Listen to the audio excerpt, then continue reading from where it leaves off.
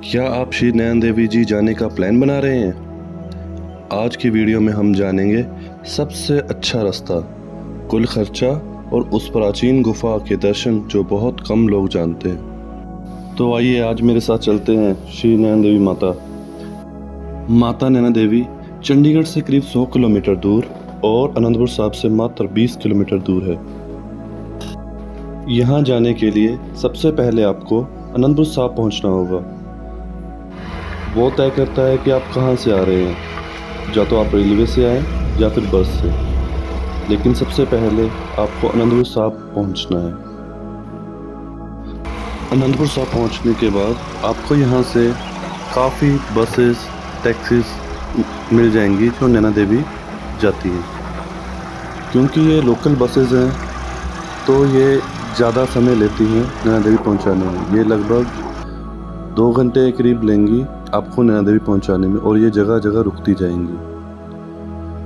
जो taxi service है वो जब तक फुल भर नहीं जाती तब तक वो वहाँ से नहीं चलते हैं, और वहाँ पहुंचाने में वो कम से कम 40 से 45 मिनट लेते हैं। अगर हम बात करें खर्चे की, तो बस में कम से कम 30 रुपये टिकट है आज की डेट में, और टैक्सी में 100 रुपये लगते हैं पर पर्सन। अगर आप अपनी गाड़ी से आ रहे हैं तो मैं आपको आसान और सरल रास्ता बताऊंगा नैना देवी पहुंचने के लिए, और रास्ते में कौन कौन से मोड़, कौन कौन से एरिया आएंगे, यहाँ पे आपको ध्यान रखना है कि गलत दिशा में ना जाएं, वो मैं आपको बताता जाऊंगा। अगर आप बस या ट्रेन से आ रहे हैं तो भी आप मेरे साथ जुड़े रहें, ताकि मैं आपको बता सकूं कि मंदिर में पहुंचने के बाद आप कहां कहां दर्शन कर सकते हैं और कौन सी ऐसी गोपनीय जगह है जहां आपको जाना चाहिए और दर्शन करने चाहिए। जब आप माता नैना देवी की तरफ जाएंगे तो सबसे पहले आएगा कोला वाला टोबा। ये बहुत ही सुंदर स्थान है। यहाँ पे एक बहुत सुंदर सरोवर है जिसमें आपको कमल के फूल देखने को मिलेंगे। यहाँ से 2 रास्ते आगे जाते हैं, एक पक्की सड़क और दूसरा पैदल वाला रास्ता। आप कोई भी विकल्प चुन सकते हैं जैसी आपकी समर्थ हो। यहाँ से लगभग दूरी 17 किलोमीटर है, तो अगर आप 17 किलोमीटर पैदल चल सकते हैं तो आप पैदल का रास्ता चुन सकते हैं, नहीं तो आप गाड़ी से या बस से या टैक्सी से जा सकते हैं पक्के रास्ते से। वहाँ से चलने के बाद रास्ते में आपको बहुत सुंदर सुंदर दृश्य दिखाई देंगे। आप कहीं पे भी रुक के ये नज़ारा और ये खूबसूरती का आनंद ले सकते हैं। आपको रास्ते में कई श्रद्धालु पैदल चलते हुए भी दिखाई देंगे। ऊंची पहाड़ियों से श्री अनंतपुर साहिब और बहती नदियों का दृश्य बहुत सुहावना दिखाई देता है। ये सब मन को छू लेने वाले दृश्य हैं। इस रास्ते पर कई पहाड़ियाँ सीधी हैं और ये मिट्टी वाले पहाड़ हैं, तो बरसात के मौसम में यहाँ से पत्थर और मिट्टी के मलबे गिरते रहते हैं। तो अगर आप बरसात में आ रहे हैं तो इस बात का ध्यान रखें कि आपको वहाँ नहीं रुकना है। रास्ते में आपको एक पेड़ दिखाई देगा जो बिल्कुल सड़क के बीच में है।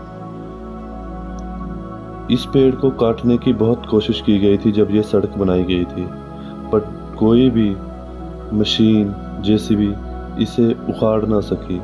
जो भी मशीन इसको उखाड़ने के लिए आती वो ख़राब हो जाती।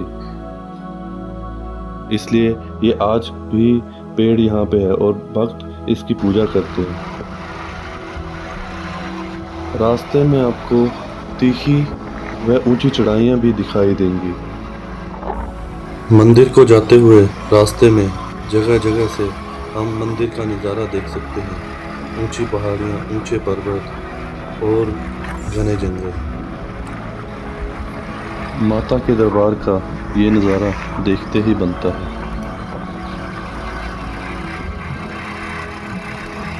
दिल करता है कि माता के दरबार को बस देखते रहें।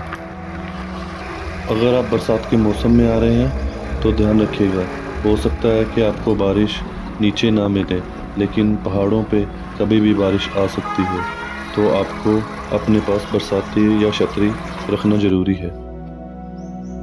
फिर रास्ते में कैंची मोड़ आएगा। इसकी बनावट के कारण इसका नाम कैंची मोड़ है। यहाँ से अगर आप सीधे चले जाएंगे तो वापस कीरतपुर साहब, आनंदपुर साहब वाले रास्ते पे पहुँच जाएंगे। तो आपको ध्यान रखना है कि आपको यहाँ से लेफ़्ट लेना है और मंदिर की ओर जाना है। साथ ही आपको मंदिर का बोर्ड दिखेगा जिस पे लिखा होगा कि मंदिर यहाँ से अब सिर्फ 14 किलोमीटर दूर रह गया है।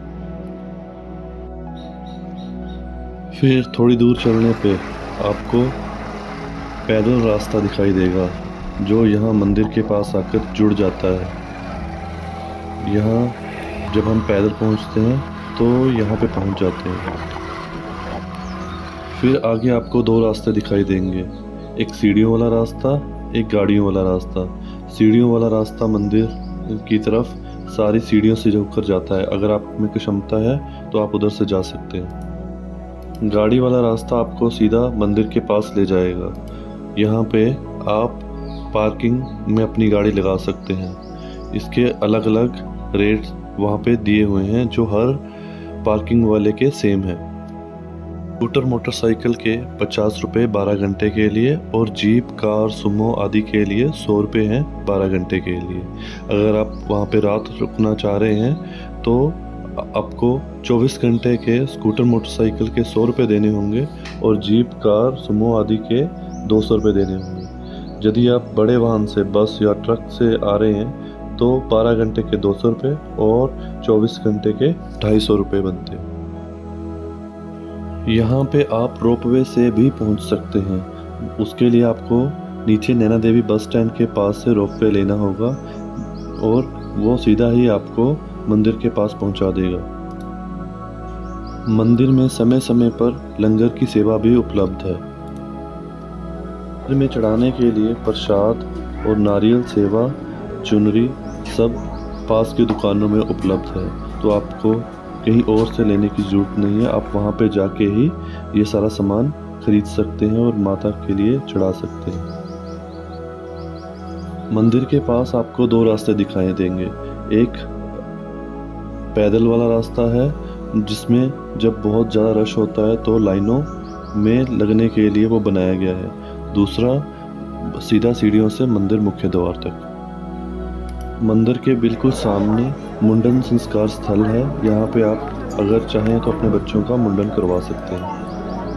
और वहीं पे साथ में गठरी घर भी है जहाँ आप अपने जूते, चप्पल, हेलमेट वगैरह रख सकते हैं। तो आपको किसी दुकानदारों के पास रखने की ज़रूरत नहीं है, वहाँ पे ये सेवा फ्री उपलब्ध है।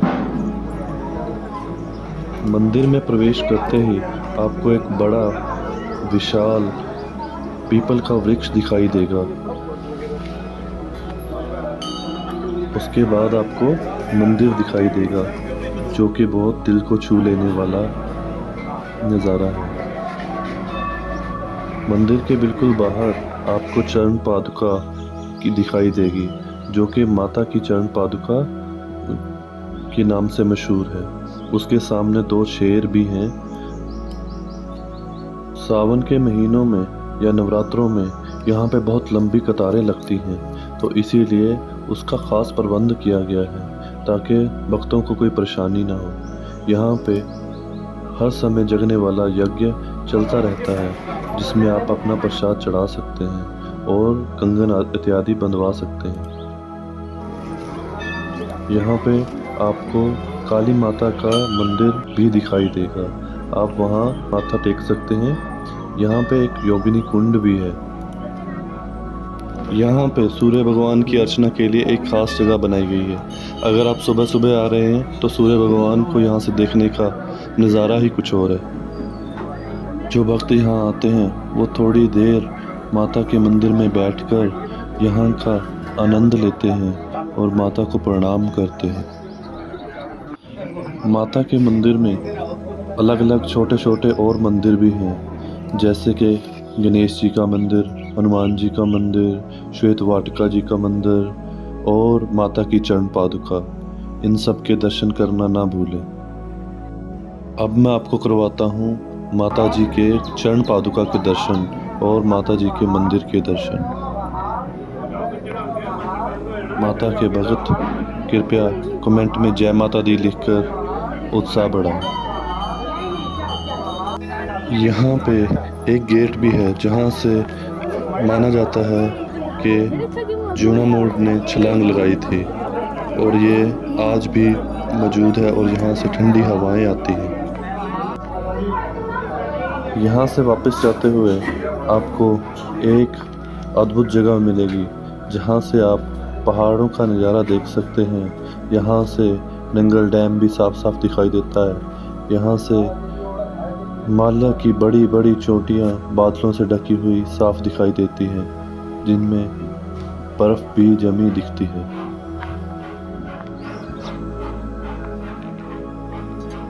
यात्री कुछ देर खड़े होकर यहाँ पे इस सौंदर्य का आनंद लेते हैं और ये आनंद लेते हुए अपना सारा की सारे थकावट को उतार फेंकते हैं। मंदिर के आसपास आपको छोटे छोटे सरोवर देखने को मिलेंगे जो बारिशों के दिनों में यहाँ पे पानी इकट्ठा करने का काम करते हैं और बाद में ये जंगली जानवरों के लिए पीने का पानी, नहाने के पानी के रूप में यूज़ किया जाता है। जय माता दी। दोस्तों, अगर आपको यह वीडियो पसंद आया हो तो लाइक और शेयर ज़रूर करें और हाँ, चैनल को सब्सक्राइब करना ना भूलें। धन्यवाद।